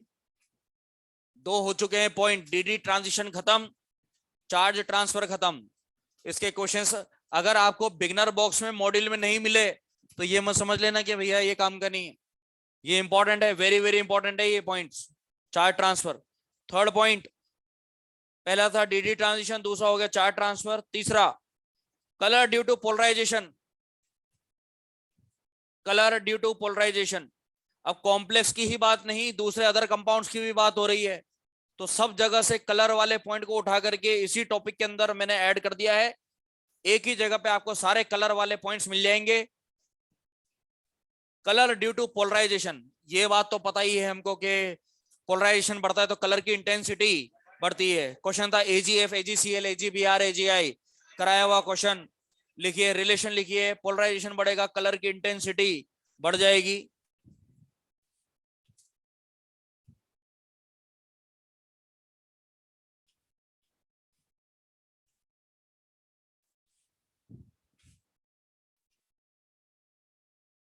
Example, AGF, AGCL, AGBR, AGI, हर क्वेश्चन में आपको ऐसे ऑर्डर लगाना रहेगा और कलर्स में बोलूंगा।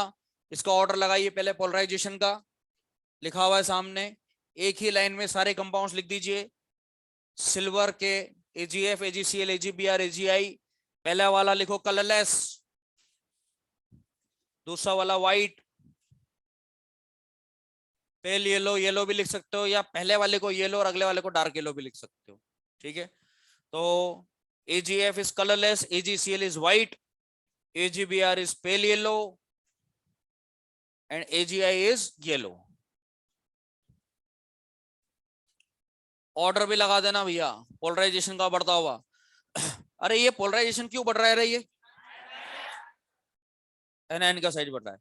इसी तरह से और एग्जांपल लिखिए, PbF2 PbI2, लेड का PbF2 PbI2, I2 की तरफ ज्यादा ऑर्डर लगाइए। PbF2 PbI2 में PbI2 का पोलराइजेशन ज्यादा। कलर लिखिए, PbF2 का कलरलेस, PbI2 का येलो। PbF2 का तो है कलरलेस और PbI2 का है yellow. Third question, HgF2 HgI2, mercury का HgF2 HgI2, अगेन ऑर्डर लगाइए, I2 का पोलराइजेशन ज्यादा, HgF2 colourless, HgI2 red, colourless और दूसरा वाला है red. Next question, 10 SnF4 SnI4, SnF4 SnI4,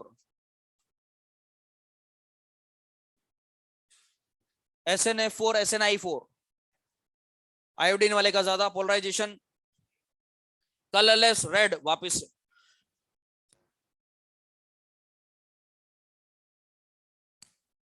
अब आप टॉप टू बॉटम करके लिखना, तीन क्वेश्चन एक साथ। ZnS CDS HGS, एक ही फैमिली के, ZnS CDS HGS, top to bottom करके लिखेंगे इसको।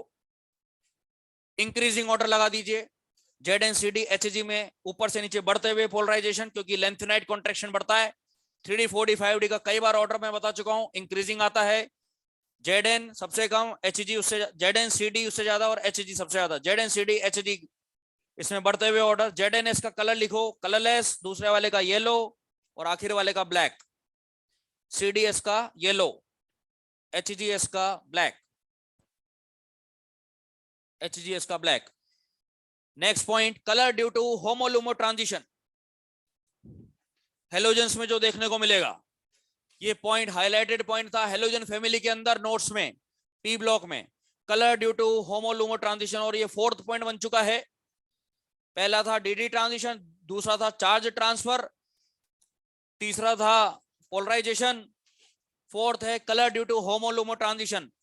हेडिंग ही लैंग्वेज है क्वेश्चन की, अंडरलाइन कर लें, होमोलुमो ट्रांजिशन, इसी नाम से क्वेश्चन आएगा। अगर आएगा तो एनसीईआरटी का स्टेटमेंट, हाईएस्ट ऑर्बिटल से लोवेस्ट अनऑक्यूपाइड मॉलिक्यूलर ऑर्बिटल में इलेक्ट्रॉन का ट्रांसफर होने से कलर आता है हेलोजेंस में। F2Cl2 Br2I2 चारों हेलोजन लिख दीजिए मॉलिक्यूल फॉर्म में। F2 का कलर एक येलो है, ग्रीनिश येलो है, F2 का येलो, Cl2 का ग्रीनिश येलो। अगेन चेक भी कर ले, एनसीईआरटी जरूर मेंशन कर दें, यही दिया हुआ है क्या उसमें? एनसीईआरटी में देखा था क्या किसी ने? F2 का क्या है? F2 का येलो ही है ना, लिखो F2 का येलो, Cl2 का ग्रीनिश येलो, हाँ वही की बात। Br2 का रेड और ऑब्लिक रेडिश ब्राउन और I2 का वॉयलेट। अरे ब्रोमीन के कलर तीन जगह पे अलग अलग जगह लिखे हुए हैं। ये Br2 का ये रेडिश ब्राउन भी लिखा हुआ है, रेडिश भी है, ऐसे भी लिखा हुआ है। तो दोनों लिख लो, रेड ऑब्लिक रेडिश ब्राउन, ठीक है, कोई दिक्कत नहीं। कलर वाला पॉइंट कंप्लीट है। यहाँ पे हेडिंग लिख देंगे Jahn Teller effect.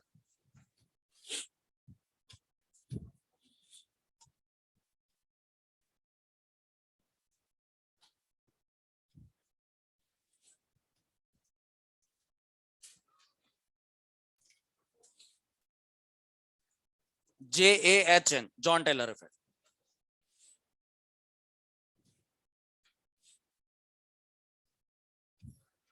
Jahn Teller effect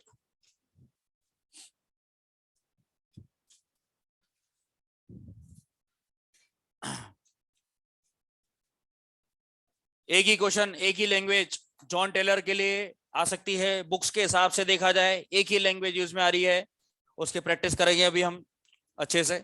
Jahn Teller present, John Teller absent, ये क्वेश्चन आता है। In which of the following complex JT is present, John Teller, ठीक है। In which of the following JT is absent, John Teller absent. तो present और absent का आपको बस टिक लगाना रहेगा, लेकिन इसके पीछे अब जो है वो अलग अलग बातें हैं। ये सुन लीजिए आप। Mainly it is dependent upon easy orbital, dominating factor easy orbital पे डिपेंड करता है ये, और T2G पर भी डिपेंड करता है, लेकिन नेग्लिजिबल तरीके से। तो मेनली इसके ब्रैकेट में लिख लेना यहाँ पे, it depends upon the eg orbital. Jahn Teller effect के ठीक पास में mainly it is dependent upon the eg orbitals.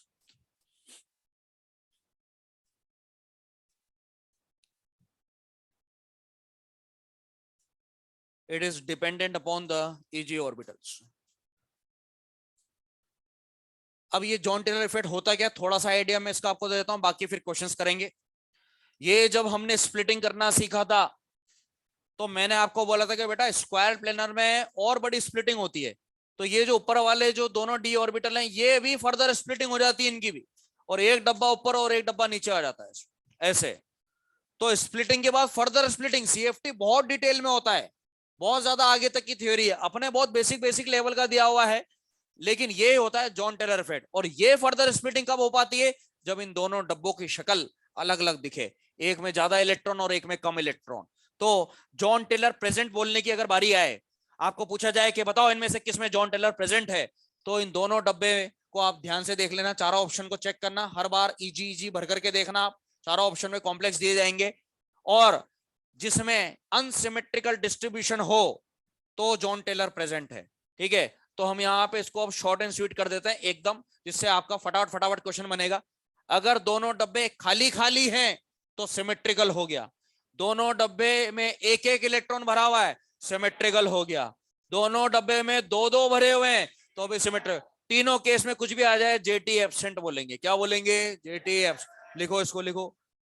ऊपर वाले तीन दोनों डब्बों में अगर शक्ल एक जैसी दिख रही है तो John Teller absent.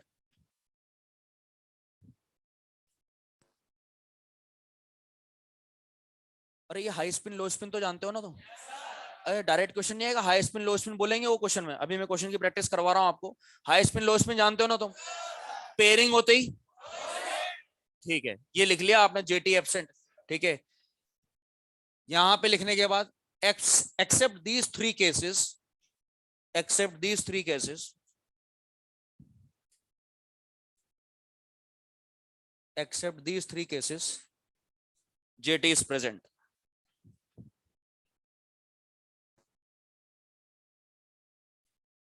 Accept these three cases JT is present. बहुत ज्यादा इन्वॉल्वमेंट ना होने की वजह से एनसीईआरटी में इसकी बहुत कम बातें लिखी हुई है जॉन टेलर के लिए, और वो भी डायरेक्ट नहीं ऐसे। अब ये देखिए, बात ईजी के अलावा T2G पर भी जाती है। T2G ऑर्बिटल्स के लिए मॉड्यूल में जो स्टेटमेंट है वो एकदम डायरेक्ट स्टेटमेंट नहीं दिया हुआ है, कंफ्यूजिंग सा है थोड़ा, छोटा सा पॉइंट दिया हुआ है। बुक्स में, स्टैंडर्ड बुक्स में अगर देखा जाए जॉन टेलर के लिए, तो T2G के बारे में ये बोला जाता है कि अगर T2G में तीनों डब्बे खाली दिखते हैं, या तीनों में एक एक भरा हुआ दिखता है, या तीनों में बराबर दो दो इलेक्ट्रॉन भरे हुए दिखते हैं, again symmetrical, again jetty absent. लेकिन अगर इसमें अनसिमेट्रिकल डिस्ट्रीब्यूशन। अभी देखो वहां पे जब ईजी ऑर्बिटल आपने बनाए तो ईजी ऑर्बिटल में अगर सिमेट्रिकल था तो वहां पे जेटी एब्सेंट बोला अपन ने, यहां पर भी तो वही बोल रहे हैं जेटी एब्सेंट। उस वाले में भी दोनों डब्बों की शक्ल अगर एक जैसी दिखती है, यार भैया ध्यान से सुन रहे हो ना आप बातें, ऊपर के दोनों डब्बों की शक्ल अगर एक जैसी दिखती है, दोनों खाली, दोनों हाफ फिल्ड, दोनों फुल फिल्ड, एब्सेंट। इसी तरह से तीनों डब्बों की शक्ल अगर एक जैसी दिखती है, एब्सेंट। लेकिन ऊपर वाले दोनों जो इजी ऑर्बिटल हैं, अगर उसमें कोई और केस आता है, अनसिमेट्रिकल डिस्ट्रीब्यूशन मिलता है, तो वहां पे आप जेटी क्या बोलेंगे, प्रेजेंट। इसी तरह से यहां पर भी अगर तीनों डब्बों में से शक्ल अलग अलग दिख रही है तो आप जेटी प्रेजेंट बोलेंगे। लेकिन जब आप T2G के आधार पे जेटी प्रेजेंट बोलेंगे तो नेग्लिजिबल शब्द का प्रयोग करेंगे। तो T2G में अगर क्वेश्चन चला जाए, T2G से अगर आपको जवाब देना पड़े तो जेटी प्रेजेंट बोल दो, कोई दिक्कत नहीं है, ठीक है। लेकिन नेग्लिजिबल बोलेंगे, JT is present but negligible, ठीक है। तो यहां पे स्टेटमेंट लिखें, except these 3 cases JT is present but negligible.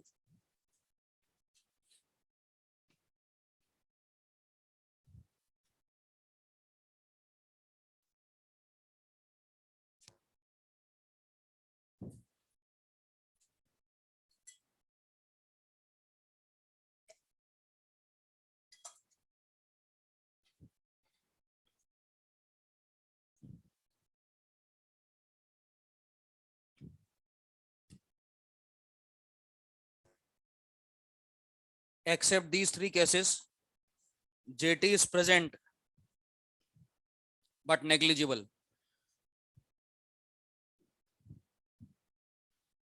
Question में यहाँ पे लिखने वाला हूँ, पहले ध्यान आपका T2G पे जाएगा या EG पे जाएगा, EG पे। क्वेश्चन तो वैसे EG से ही बन जाएगा आपका, ये तो श्योरिटी है कि अगर वो क्वेश्चन देंगे ना तो वो EG को डोमिनेटिंग मानते हुए देंगे, T2G पे तो जाता ही नहीं क्वेश्चन। लेकिन बिगिनर बॉक्स और मॉड्यूल के जब आप क्वेश्चन करेंगे तो हो सकता है वो कुछ अलग क्वेश्चन भी देखने को मिल जाए, या प्रैक्टिस बुक्स में या अदर पेपर्स में भी देखने को मिल जाता है जॉन टेलर का क्वेश्चन। देखिए देखिए ध्यान से, ये स्प्लिटिंग आप मान करके चलेंगे हर क्वेश्चन में, और अब आपको मन ही मन में ये फिलिंग कर देना है। मैं पूरा कॉम्प्लेक्स लिख करके दे रहा हूं, मैं पूरा कॉम्प्लेक्स लिख करके दे रहा हूं, ठीक है। हो सकता है मैं हाई स्पिन लो स्पिन लिख करके दे दूं, या हो सकता है मैं पूरा कॉम्प्लेक्स लिगेंड के साथ लिख करके दे दूं। तो अगर लिगेंड वीक रहेगा तो पेयरिंग आपको पता है कि नहीं करवानी है, स्ट्रॉन्ग रहेगा तो यू नो दैट कि कितनी करवानी है, ठीक है ना, तैयार है ना। और 6 लिगेंड वाला दोनों डी पे फोकस, D2sp3 या sp3D2 बनाते हुए ये सोच करके जवाब देना है। क्वेश्चन है D6 लो स्पिन, D6 लो स्पिन, D6 D6 D6 लो स्पिन, है बोल जवाब दे। अबे लो स्पिन है तो पेयरिंग होगी ना, पेयरिंग होगी ना, कई बार करवा रखा है ये क्वेश्चन आपको मैं। D6 लो स्पिन ऑप्शन में दिया हुआ है, 1 2 3 4 5 6, लो स्पिन है तो ऊपर रहेगा या नीचे आएगा, तो ये नीचे जब आ जाएगा तो यहां से खाली हो जाएगा। ऊपर वाले दोनों डब्बे के खाली खाली हैं क्या, अरे बोलो ना यार। तो जेटी प्रेजेंट बोलोगे या एब्सेंट, तो यहाँ पे लिख दीजिए जेटी एब्सेंट, और T2G को फिर बाद में चेक करेंगे तो यहां पर ये बोलेंगे जेटी एब्सेंट। नोट करिए इसको।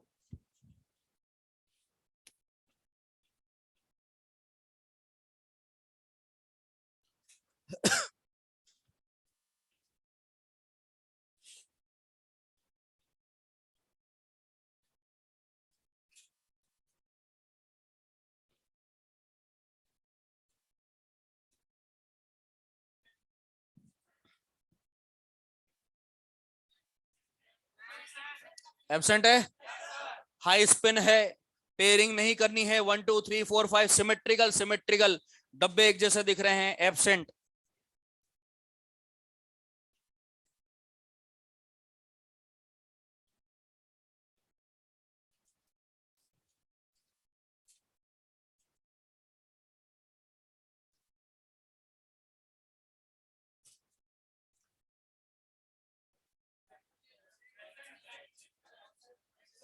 एब्सेंट तो नहीं है, लो स्पिन है, पेयरिंग कराओ, तो ऊपर वाले तो खाली हो गए, पेयरिंग करवा देंगे तो 1 2 3 4 5 सिमेट्रिकल है या unsymmetrical, jetty present but negligible. Negligible, अगर T2G पे आंसर जा रहा है तो आप नेग्लिजिबल वर्ड का प्रयोग करेंगे, तो यहां पे लिख लीजिए प्रेजेंट बट नेग्लिजिबल। ईजी की वजह से तो एब्सेंट हो गया, लेकिन ओवरऑल क्वेश्चन में ईजी के बाद T2G भी चेक करना पड़ेगा आप।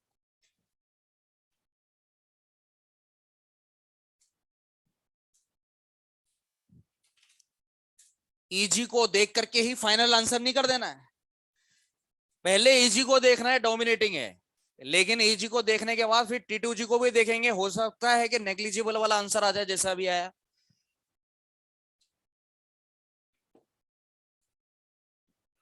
ये लो, कोई स्पिन नहीं लिख रहा मैं, है ना।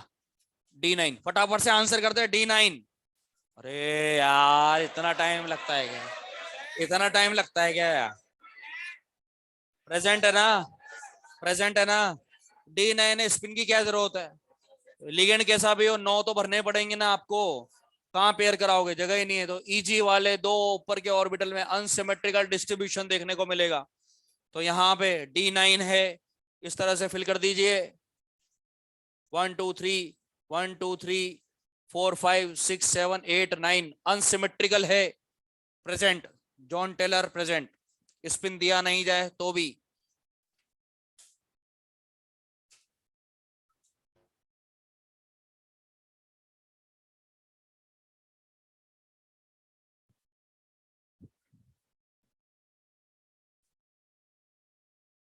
एक्सरसाइज 2 जो प्रीवियस ईयर क्वेश्चंस की जो एक्सरसाइज है, उसमें आपको जॉन टेलर इफेक्ट के एक क्वेश्चन आपको वहां देखने को मिलेगा, उस क्वेश्चन को आपको आज बना लेना है। D7 वाला क्वेश्चन है, सोचना आप उसको, ठीक है ना। हाई स्पिन लो स्पिन सब दिया हुआ है उसमें, सब दिया हुआ है उसमें। एक दो क्वेश्चन में मिस्टेक भी है, बिगनर बॉक्स के कुछ क्वेश्चन ऐसे हैं जिसमें डेल्टा ओ लेस देन पी है, तो वीक फील्ड लिगेंड मानना पड़ेगा आपको, लेकिन उसमें स्ट्रॉन्ग फील्ड मान करके क्वेश्चन को दिया हुआ है, तो उसको प्लीज क्रॉस चेक कर लेना अच्छे से, ठीक है। जैसा आपको सिखाया गया है, डेल्टा ओ लेस देन पी, डेल्टा ओ मोर देन पी बता रखा है ना मैंने आपको। डेल्टा ओ लेस देन पी होता है तो वीक फील्ड लिगेंड, और ग्रेटर देन पी होता है तो स्ट्रॉन्ग फील्ड लिगेंड, ये लैंग्वेज मैंने बता रखी है। तो ये जॉन टेलर इफेक्ट आज का लास्ट टॉपिक था, ठीक है। और नेक्स्ट टर्न पे मैं आपको प्लीज कह रहा हूं कि आइसोमेरिज्म आप अच्छे से पढ़ के आइए, ठीक है ना। ये टॉपिक में से क्वेश्चन आने के सबसे ज्यादा चांस होते हैं आइसोमेरिज्म में से।